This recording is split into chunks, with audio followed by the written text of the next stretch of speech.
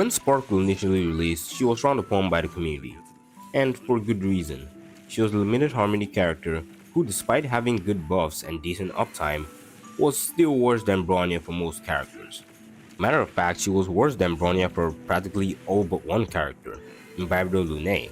But how could this be the case? Well, despite Sparkle having good buffs, her performance compared to Bronya was being gutted by just one simple thing: a 50% action advance instead of 100%, which is essential in speed tuning and just makes everything so much easier and smoother. As such, she practically became best in slot for Imbibdo Lune only and was reduced to being an alternative to a 1.0 standard 5-star for most DPSs. Well, thankfully Archer came along and revived her. For how long? I don't know. Perhaps they'll release more DPSs that want skill points in mass. We'll just have to see. Jiaqiou, on the other hand, is a much clearer example of this. And just to put it simply, he could have been a Cypher at the time, if the devs just didn't decide to make him an Acheron slave. But oh well, look at where that got him. Now Cypher is not only better than him for Acheron, but she's also usable with every single DPS. Heck, even Super Break can use her vulnerability because of how universal it is. The dude got slandered countless times, lost his eyesight, lost the one job that he had to a cat girl, and then continued getting slandered. If there's a Hitler character that got done dirty, it's definitely Jiaqiou. But at least now he can rest in peace. Until he finally gets buffed.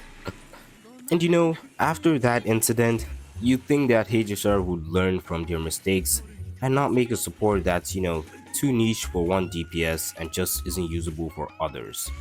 Well, it seems like they haven't learned, cause now we have Cerydra, the Phainon of HSR, but only in terms of design, cause she could never match up to Phainon in terms of how valuable she is to the meta.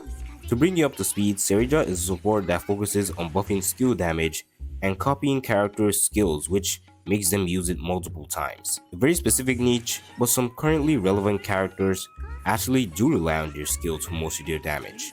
The Herda, Anaxa, Archer, and Phainon.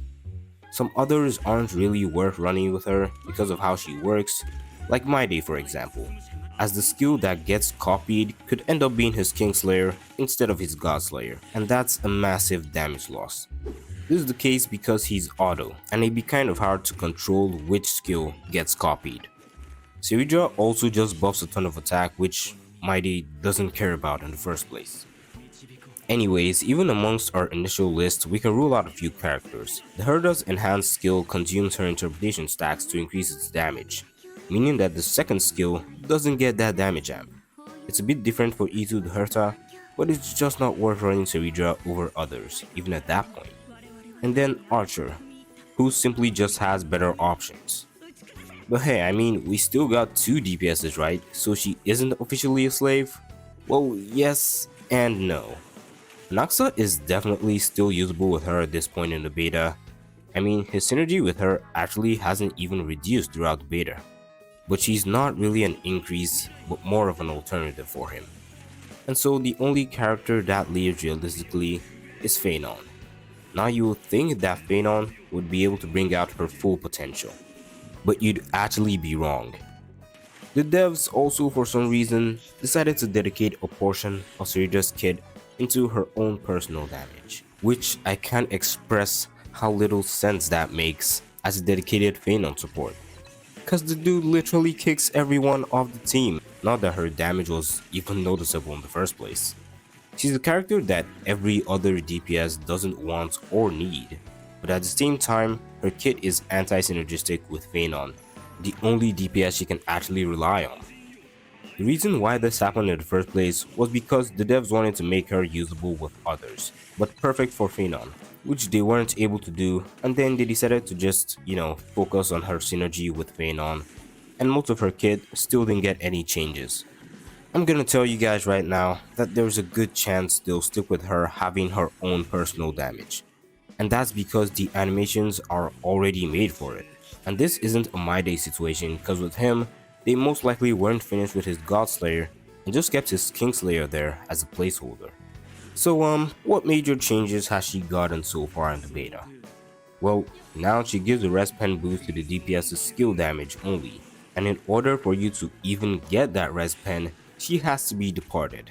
In other words, when she's not on the field. In other words, when she's paired up with Phainon. You get the point. Funnily enough, Phainon isn't the only character you can use this on. You just gotta wait for Hule to come back in Apocalyptic Shadow and you can use it on everyone. Okay, that part is kinda funny, but the part that actually pisses me off is her E1 change. You see, in a Phainon team, core flame generation is one of the most important things to look at. And at the time, Cerydra only gave him one core flame from her entire kit, until they changed her E1, which gives defense ignore for all of their damage and not just their skill this time, thank goodness, but it also now regenerates some energy. The problem? Whilst the amount of energy it generates is enough to proc Phainon's passive and give him one core flame, it's so small that it's useless to every other character that does use energy. In her E1 description, you could literally put gives one core flame to Phainon and there will be no difference. That being said, the problem is not just how specific it is, but also just how the devs are now trying to make E1 mandatory. Cause I mean, think about it. This is his dedicated support. She's supposed to be able to give him that much core flame on her base kit.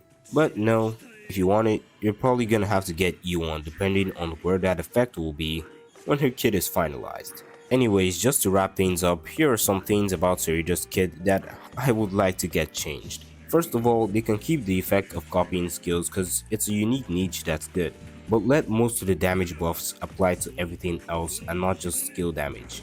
She's literally competing with aura buffers in terms of how much she actually buffs even Phainon's damage because of this, so something definitely needs to change there. Secondly, they should move the energy effect from the E1 to the base kit and increase the amount to actually make it usable for other characters. I mean, this one's a no-brainer, everyone's been talking about it. Thirdly, they can replace her talents focused on her personal damage with something more useful. Maybe a talent that lets her do additional damage like Tingyun, Robin, and Tribi when characters actually attack. These changes are easily enough to let her be dedicated for Phainon because we'll still get more skills and more damage overall, but it also lets her be sort of viable for other characters and less volatile in the future. Because right now, she isn't Phainon's best in slot, but instead, Phainon is her best in slot. If she makes it to live the way she is right now, she'll depend on Phainon to be relevant. Now, all of this being said, she is still his best in slot and she still does provide a reasonable damage amp out of all the support you can run for Phainon. The problem is whether or not she's gonna be that valuable to your account. And also for you E2 havers out there, it seems the damage amp she provides to Phainon E2 is actually worse than what she provides for Phainon E0. So that's also just something that makes no sense. Anyways, do tell me what you guys think about all of this, and we'll be hoping for some substantial changes before she actually does release. And with that said, I'll catch you guys on the next one.